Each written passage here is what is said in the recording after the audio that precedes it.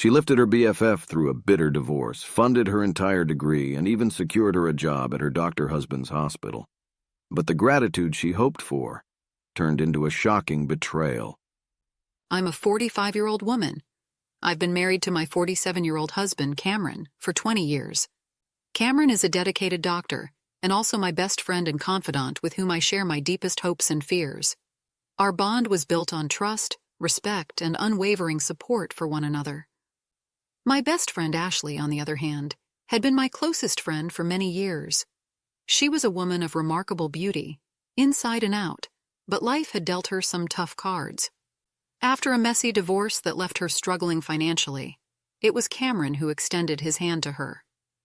He helped support her through nursing school, a decision we made together. It was a chance for Ashley to reinvent herself, to pursue a career that could offer her financial stability and independence. The day I discovered the affair will forever be etched in my memory as a moment of sheer disbelief and heartbreak. I had decided to surprise Cameron with a special dinner and arrived home earlier than usual from work, but it was I who received the surprise. As I entered our bedroom, I was met with a sight that would haunt me for days on end. There, in the sanctuary of our marital bed, lay Cameron and Ashley, entangled in an intimate embrace.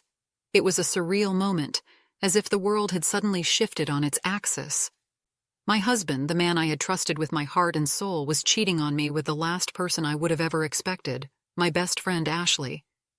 The pain that surged through me was indescribable.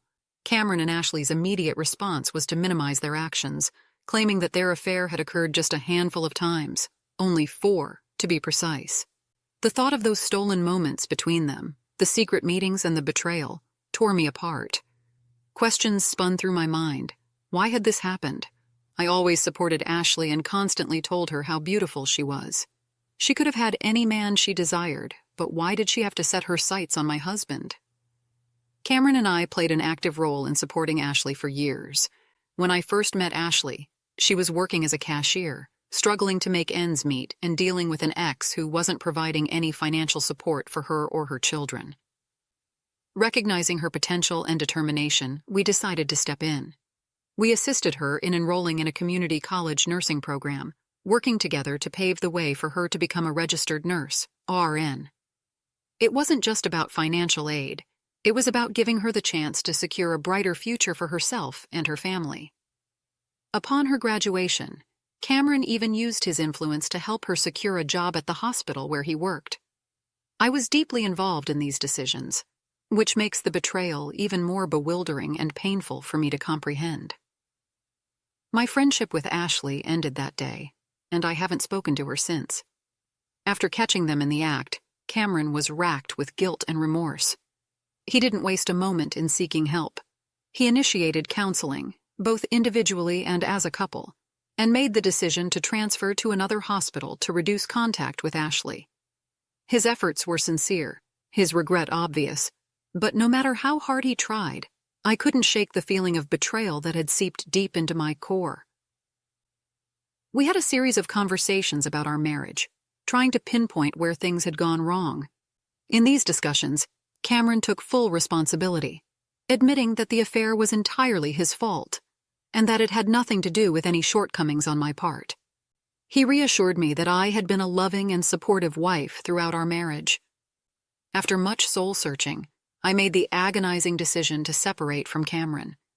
I needed time to heal, to rediscover myself, and to come to terms with the pain and betrayal that had shattered the trust at the heart of our marriage. It wasn't a decision I took lightly, but I felt it was necessary for my own emotional well-being. I moved out of our home. Cameron didn't give up on us. He continued to reach out, day after day, week after week, expressing his love, his remorse, and his unwavering commitment to rebuilding our relationship. He called and sent heartfelt texts, sent flowers, and consistently sought opportunities to talk and see me. He insisted on taking me to dinner and went out of his way to make amends. But it wasn't just Cameron who was pushing for reconciliation. Our families rallied behind us, convinced that our marriage was worth saving. They witnessed his sincere efforts to make things right and believed in the love we had once shared. Their collective support added another layer of complexity to my decision-making process. Here's where I stand now. I'm torn. I'm deeply hurt by what transpired. I still love Cameron, and I see how hard he's working to mend our relationship. But I'm grappling with whether I can ever truly move past the affair. I find myself in a lonely and confusing place. I've lost my best friend too, and I can't fully open up to Cameron about my doubts and fears without feeling overwhelmed by emotion. Has anyone out there faced infidelity in a long-term marriage and managed to rebuild trust? How did you do it? Are there specific steps you took or resources you found helpful? Or did you make the heart-wrenching choice to walk away? And if so, how did you cope with the aftermath? I'm desperately seeking a path forward, yearning to make an informed decision that will shape my future. However, I feel like I'm navigating through a dense fog of emotions with no clear direction in sight. Thank you for taking the time to read my story, and I'm immensely grateful for any insights or words of wisdom you can offer. It's hard to believe that after all the support and loyalty you showed her, Ashley would hurt you like this. Her actions are inexcusable, and I'm so sorry she and your husband put you through this.